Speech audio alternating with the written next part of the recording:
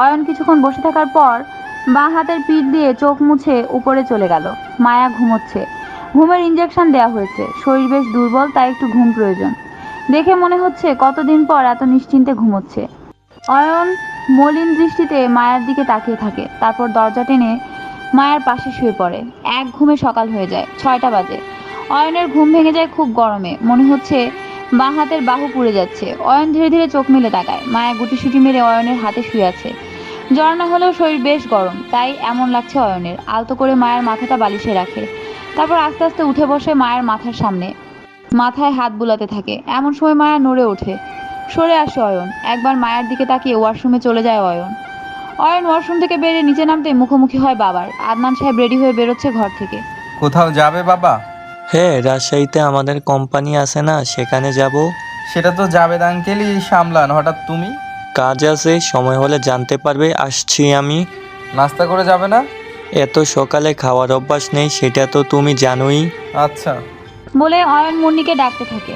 মুন্নি, মুন্নি, খালা, খালা, কই গেল সব? ওদের আমি ছুটি দিয়ে দিয়েছি 3 দিনের জন্য। সদর দরজার সামনে যেতে যেতে বলল আদনান সাহেব। নিজের স্ত্রী অসুস্থ, নিজে সেবা করো, ওদের কি দরকার? কিন্তু বাবা। অফিস, সেটা আমি সামলিয়ে নিব। আমি সেটা বলছি না, কিন্তু। আসছি, নিজের আর মায়ের খেয়াল রেখো। বাবা, বাবা। বেরিয়ে গেছে আদনান সাহেব। সকালের নাস্তা না হয় আনবো, কিন্তু প্রত্যেকবার খাবার বাহির থেকে এনে খাওয়ালে তো মায়ের শরীর আরও খারাপ হবে। তাছাড়া আমিও তো কোনো রান্না, ধ্যাত, বাবার সাথে ভালো লাগে না। বলে অয়ন গাড়ি নিয়ে বেরিয়ে যায় খাবার আনতে। এদিকে আধো ঘুম চোখ নিয়ে চোখ মেলে তাকায় মায়া। বিছানায় শুয়ে আছে। অয়ন নেই। কটা বাজে? সব প্রশ্ন একসাথে মাথায় আসতেই মাথাটা ঝিমঝিম করে ওঠে। আস্তে আস্তে উঠে ফ্রেশ হয়ে জামা পাল্টে নেয় মায়া। হলুদ সবুজ রঙের একটা 3 পিস পরে নেয়। বিছানা গুছিয়ে বারান্দায় যেতেই বাগানের কাঠগোলাপ, বকুল ফুল আরও বিভিন্ন ফুলের গাছের দিকে চোখ পড়ে মায়ার। ধীর পায়ে হেঁটে যায় নিচে। কাউকে দেখা যাচ্ছে না। হয়তো যে যার কাজে চলে গেছে ভেবেই মায়া বাগানে চলে যায়। শনশন বাতাসের শব্দ আর সকাল সকাল মেঘলা আকাশ সব মিলে বেশ শান্ত পরিবেশ, অনেকটা মায়ার মতো। তবে মায়া একসময় বেশ চঞ্চল ছিল। পরিস্থিতি আজ। মায়া আস্তে আস্তে ফুলগুলোর দিকে এগিয়ে গেল। সব গাছ ছুঁয়ে ছুঁয়ে দেখছে মায়া। ঠোঁটের কোনায় মিষ্টি হাসি ফুটেছে। অয়ন খাবার নিয়ে চলে এসেছে। গাড়ি থেকে বের হতেই চোখ পড়ে বাগানের দিকে। একটা ছোট মেয়ে ঘুরছে বাগানে, অনেকটা প্রকৃতিকন্যার মতোই লাগছে। জামার রং বাগানের রং মিলে গেছে। অয়ন হেসে বলে, আরে, এ যে আমার বউ। বলেই আনমনে হেসে ওঠে। ফোনটা গাড়ি থেকে বের করে একটু এগিয়ে যায়। টুপটাপ করে কয়েকটা মুহূর্ত বন্দি করে নেয় ফোনে মায়ার অজান্তেই। অয়ন আস্তে আস্তে বাগানের দিকে যেতে লাগলো। হঠাৎই অয়নকে দেখে মায়ার মুখটা শুকিয়ে গেল। চুপসে দাঁড়িয়ে রইল। অয়ন ব্যাপারটা বুঝতে পারে। চলো ঘরে, ব্রেকফাস্ট করবে। বাহির থেকে? বাবা সবাইকে ছুটি দিয়েছেন, তাই বাহির থেকে। ও, বলে মায়া হেঁটে ঘরের দিকে চলে গেল। অয়ন মায়ার পিছু পিছু এলো বাসার ভেতরে। তুমি চেয়ারে বসো, আমি আসছি। মায়া একবার ভ্রুকুচকে চেয়ারে বসে পড়ল। অয়ন খাবারগুলো প্লেটে তুলে মায়ার সামনে দিল আর নিজেও নিল। খাও। বলেই স্যান্ডউইচে কামড় বসালো অয়ন। খাচ্ছ না যে? স্যান্ডউইচ আগেও কখনো খাওনি? ও, গ্রামে তো এসব পাওয়া যায় না, দেখবে কি করে? সমস্যা নেই, খেয়ে দেখো, ভালো লাগবে। অয়নের কথাটা খুব গায়ে লাগে মায়ার। মায়া মাথা নিচু করে উঠে যায়। আরে আরে, কোথায় যাচ্ছ? মায়া, মায়া। মায়া কোনো কথা না বলে সোজা উপরে চলে যায়। কেন চলে গেল? বলতেই মনে পড়ে গেল কিছুক্ষণ আগে বলা কথাটা। ও শিট, আবার? বলেই টেবিলে বাড়ি দিল। তারপর উঠে গেল মায়াকে ডাকতে। ঘরে এসে দেখলো মায়া ব্যাগ থেকে কাপড় বের করছে। কোথায় যাবে? কলেজে। চলো, খেয়ে নিবে, তারপর রেডি হবে। না, ওসব জীবনে চোখে দেখিনি। খেতে পারবো না, পেটে সইবে না। I am sorry. সরি বলার কি আছে? ঠিকই তো বলেছেন, কুকুরের পেটে কি আর ঘি হজম হয়? মায়া, শুনছি, আমি বয়রা নই। অশান্তি করতে চাইছো? একদমই না। তাহলে? কি? না, কিছু না, চলো খাবে, চলো। আমার খিদে নেই, কথায় পেট ভরে গেছে। তাহলে কিন্তু আমিও খাবো না। আপনার যা ইচ্ছে। ভেবে বলছো তো? মায়া কিছু না বলে ওয়াশরুমে চলে যায়। চেঞ্জ করে আসে। অয়ন বিছানায় বসেছিল। মায়া আয়নার সামনে দাঁড়িয়ে চুল বাঁধছে। অয়ন হাঁ করে মায়াকে দেখছে শুধু। মায়া ব্যাপারটা খেয়াল করে দ্রুত আয়নার সামনে থেকে সরে যায়। এমন সময় গাড়ির হর্ন বাজতে শুরু করে। ট্রাঙ্কটা এসেছে বোধহয়, নিজে নিজে বলেই দৌড়ে নিচে নেমে আসে মায়া। সদর দরজা খুলে দেয়। আসসালামু আলাইকুম। ওয়ালাইকুম আসসালাম। ভাবি, এই রিংটা আপনার মামা পাঠাইছে। আচ্ছা, নিয়ে আসুন। মায়ার পেছন পেছন ট্রাঙ্কটা নিয়ে আসে ড্রাইভার রফিক। ভাইয়া এখানে রাখুন। মায়া যে রুমটায় থাকতো সে রুমে বেডের সামনে রাখতে বলল ট্রাঙ্কটাকে। রফিক বেরিয়ে গেল। অয়ন দাঁড়িয়ে দাঁড়িয়ে দেখছিল। রফিক বেরিয়ে যেতেই অয়ন মায়ার রুমে গেল। মায়া ট্রাঙ্কটার দিকে এক ধ্যানে তাকিয়ে রইল কিছুক্ষণ, তারপর খুলল। ভেতরে অনেক জিনিস। অয়ন দরজার সামনে দাঁড়িয়ে আছে বলে ভেতরে কি আছে কিছু দেখতে পাচ্ছে না। মায়া প্রথমে একটা ছবির ফ্রেম বের করে দেখলো, তারপর একটা মাঝারি ছবির অ্যালবাম বের করে তাতে চুমু খেলো। ছোট ছোট দুটো জামা বের করে বুকে জড়িয়ে ধরলো, তারপর আবার রেখে দিল। তারপর একটা বড়সড় মাটির ব্যাংক টোপা বের করে তা ভেঙে ফেললো। কিছু পয়সা খুচরো টাকা চারপাশে ছড়িয়ে পড়লো। মায়া আস্তে আস্তে তা কুড়াচ্ছে। অয়ন মায়ার সামনে যেয়ে দাঁড়ালো। কি করছো এসব? টাকা লাগবে বললেই পারতে। বলে অয়ন বেরিয়ে গেল। কয়েকটা হাজার টাকার নোট নিয়ে এসে মায়ের সামনে ধরে। এই নাও, আশা করি এতে হয়ে যাবে তোমার। মায়া অয়নের দিকে না ফিরে টাকাগুলো একের পর এক ভাঁজ খুলতে লাগলো। কি হলো মায়া? ধার চাই না। ধার আমি এমনিই দিচ্ছি তোমায়। ভিক্ষে? ভিক্ষে তো কেউ কাউকে এত টাকা দেয় না। মায়া, জি? সমস্যা কি তোমার? সব কিছুতেই এমন করছো কেন? কেমন করলাম? না কিছু না। মায়া টাকাগুলো গুছিয়ে ট্রাঙ্কটা আটকে ব্যাগ নিয়ে বেরিয়ে আসতে নিলেই টাকা কি করবে বলা যাবে? বলে উঠলো অয়ন, যতদিন আছি ততদিন টুকটাক তো চলতে হবে। বারবার তো হাত পাততে পারবো না মানুষের কাছে। যতদিন মানে কি বলতে চাইছো? যতদিন মানে এই বাড়িতে যতদিন আছি ততদিন। কয়েকদিন পরই তো চলে যেতে হবে। যাওয়ার আগ পর্যন্ত তো চলতে হবে নাকি? কয়েকদিন পর কোথায় যাবে তুমি? ডিভোর্স হলে চলে যেতে হবে না? এসে আপু তো তার স্বামীর আগের স্ত্রীকে মানে ডিভোর্সি স্ত্রীকে এ বাড়িতে বিনামূল্যে রাখবে না, তাই না? মায়া, ভুল কি বললাম? অয়ন মাথা নিচু করে নেয়। আচ্ছা আসছি তাহলে। খাবার ফ্রিজে রাখা আছে, ওভেনে দিলেই হবে। তুমি খাবে না? আসছি বলেই বেরিয়ে যায় মায়া। অয়ন কিছু সময় দাঁড়িয়ে থাকে, তারপর নিজের রুমে চলে যায়। ওয়ালেট, গাড়ির চাবি, ফোন নিয়ে বেরিয়ে যায়। বাড়ি থেকে বেরিয়ে মায়াকে আর পায় না অয়ন। তাড়াহুড়ো করে গাড়ি স্টার্ট দেয়। মেইন রোডের ধারেই পেয়ে যায় মায়াকে। মায়ার সামনে গাড়ি থামিয়ে গ্লাস নামায় অয়ন। গাড়িতে উঠো। মাথা বের করে বলে ওঠে অয়ন, কি বলছি শুনছো না? গাড়িতে উঠো। আমি যেতে পারবো। তোমাকে বলেছি গাড়িতে উঠতে। বললাম তো। রাস্তায় সিন ক্রিয়েট করতে চাইছি না, ভালোভাবে বলছি গাড়িতে উঠো, নয়তো আমার রাগ কেমন তুমি ভালো করেই জানো। মায়া অন্যদিকে মুখ করে তাকায়। মায়া। অয়নের ধমকে চমকে যায় মায়া। ফিরে গাড়িতে উঠে বসলো।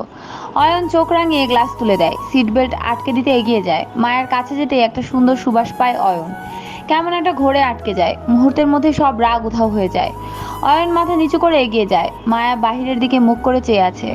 অয়ন মায়া ঘাড়ের কাছে মুখ নিতেই চমকে ওঠে মায়া। অয়নের গরম নিঃশ্বাস ঘাড়ে পড়ছে। মায়া এদিকে ঘুরতেই দুজন ঠুস করে মাথায় বাড়ি খায়। অয়ন মাথা ডলতে ডলতে সরে আসে, কিন্তু মায়া সেভাবে নির্বোধের মতো বসে থাকে। মেরে দিলে তো। বলে অয়ন মায়ার দিকে তাকায়। মায়ার চাহনি দেখে অয়ন মাথা থেকে হাত সরিয়ে সিট বেল্ট আটকে ড্রাইভ করতে শুরু করে। মায়া, শুনছি। কি পারফিউম ইউজ করছো? কোনোটাই না। আচ্ছা, আর শ্যাম্পু? আগে ক্লিনিক প্লাস ইউজ করতাম, তারপর। জানো তোমার শরীরে আর চুলের ঘ্রাণটা মাতাল করা। হ্যাঁ? অয়ন মুচকি হেসে বলে। হ্যাঁ নয় হ্যাঁ। বাকি রাস্তায় অয়ন আর চোখে মায়াকে দেখে যায়, আর মায়া সারা রাস্তায় চুপ করে যায়। কলেজের সামনে আসতেই মায়া গাড়ি থেকে নেমে যায়। অয়ন মায়ার যাওয়ার দিকে তাকিয়ে রয়। অয়ন ভাবে মায়া একবার ফিরে তাকাবে, কিন্তু মায়া ফিরে তাকায় না, চলে যায়। মায়া কলেজ বিল্ডিংয়ে চলে যেতেই অয়ন মন খারাপ করে গাড়ি নিয়ে চলে যায়। একটা সুপার শপের সামনে গাড়ি থামায় অয়ন। শপে ঢুকে অয়ন এটা সেটা দেখলো। তারপর মায়ের জন্য একটা ক্লিনিক প্লাস শ্যাম্পু, একটা অসাম পারফিউম, কাজল, লাল লিপস্টিক আর ওর জন্য একটা পারফিউম কিনে নিয়ে বেরিয়ে এলো। তারপর সামনের দোকান থেকে একটা নীল শাড়ি, একটা মেরুন ও কাঠালি রঙের শাড়ি কিনে নিল। কাঁচের চুড়ি বেশ পছন্দ অয়নের। বেশ কিছু কাঁচের চুড়ি নিয়ে বেরিয়ে এলো অয়ন। বেরিয়ে জুয়েলারি শপে যেতেই চমকে ওঠে অয়ন। পালাবে না দাঁড়াবে এ অবস্থা। ইমন আর এশা দোকানে। এশা কর্নার আর ইমন সামনেই। ইমন দেখে ফেলায় চলে যেতেও পারছে না অয়ন। কি করবে? ইমন ব্যাপারটা বুঝতে পেরে সহজ হতে চায় অয়নের সাথে। কিরে তুই এখানে? আসলে ভাবি কোথায়? একাই এসেছি ও কলেজে। ও ও গিফট। ইমন আসলে এসা।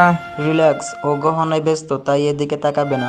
তুই কি নিবি নে না। অয়ন একটা ম্লান হাসি দিয়ে গহনা দেখতে শুরু করলো। অয়নকে আড়াল করে দাঁড়ায় ইমন।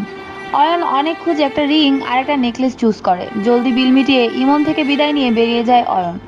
গাড়ি স্টার্ট দেয় অয়ন। এদিকে অয়ন বেরিয়ে যেতেই ঈশা ইমনের কাছে এলো। ও সবটা দেখেছে। কি হয়েছে? নেয়া শেষ? কার জন্য এসব নিল ও? কেন? ওর বউর জন্য। আর কার জন্য? আজকাল বউকে গিফটও দেওয়া হচ্ছে। নিজের বউকে রেখে তো আর অন্যজনের বউকে দেবে না? কি বলতে চাইছো তুমি? কিছু না। কি হয়েছে? বিল কি দেবে না আরও নেবে? এসা সবকিছু গ্লাসের উপর রেখে বেরিয়ে এলো। ইমন প্যাক করে নিয়ে টাকা পরিশোধ করে বেরিয়ে এলো দোকান থেকে। এসা গাড়িতে বসে এক হাত দিয়ে আরেক হাত কচলাচ্ছে। বউয়ের জন্য ডায়মন্ডের আংটি আর নেকলেস, আর আমাকে কি দিত? শুধু কার্ডটা।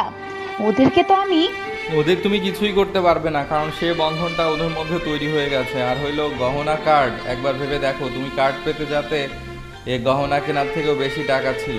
আর সম্মান, ভালোবাসা, বিশ্বাস সবই তুমি প্রথম থেকে পেতে, কিন্তু তুমি ছিলে ঠক। আর ভাবি কিছুই পাইনি, কিন্তু ভাবি সৎ। ইমনের কথায় আরো তেলে বেগুনে জ্বলে উঠলো এসা। কটমট করে বাইরে চেয়ে রইল এসা। ইমন ঠুনকো হেসে গাড়ি স্টার্ট দেয়। এসা ইমনের কথা ভেবেই সারা রাস্তা এসেছে অয়ন।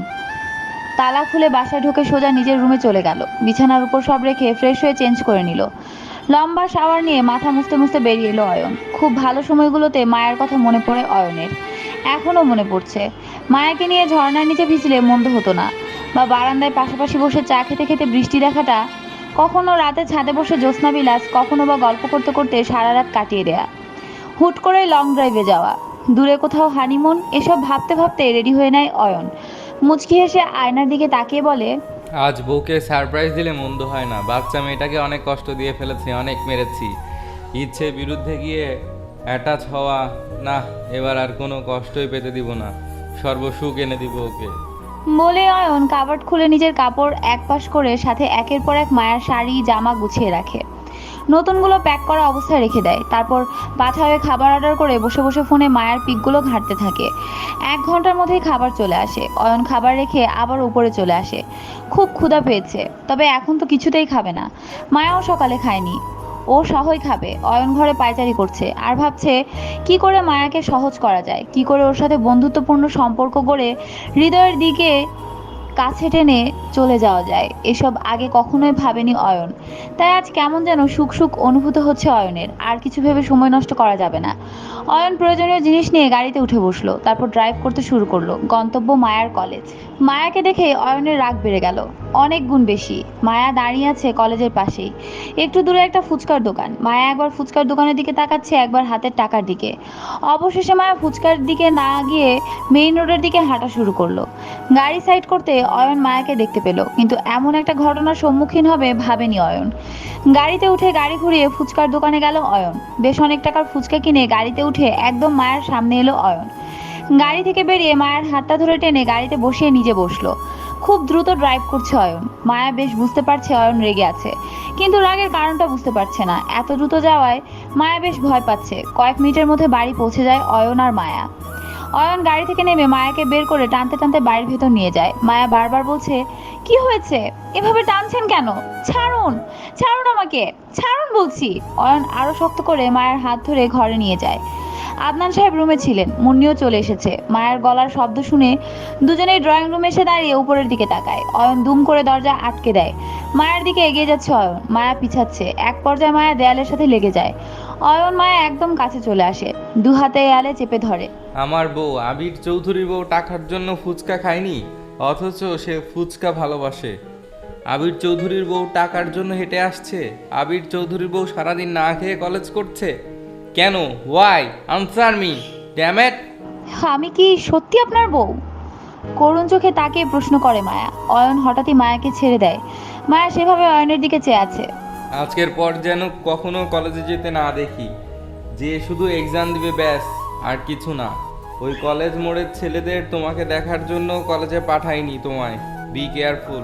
মায়া রেগে গিয়ে বলে, আমি রোজ কলেজে যাব, এখন থেকে আর হেঁটেও আসবো, পারলে ওদের সাথে কথাও বলবো। আপনার কি তাতে? আমি তো আর এসা নই যে আপনার জ্বলবে।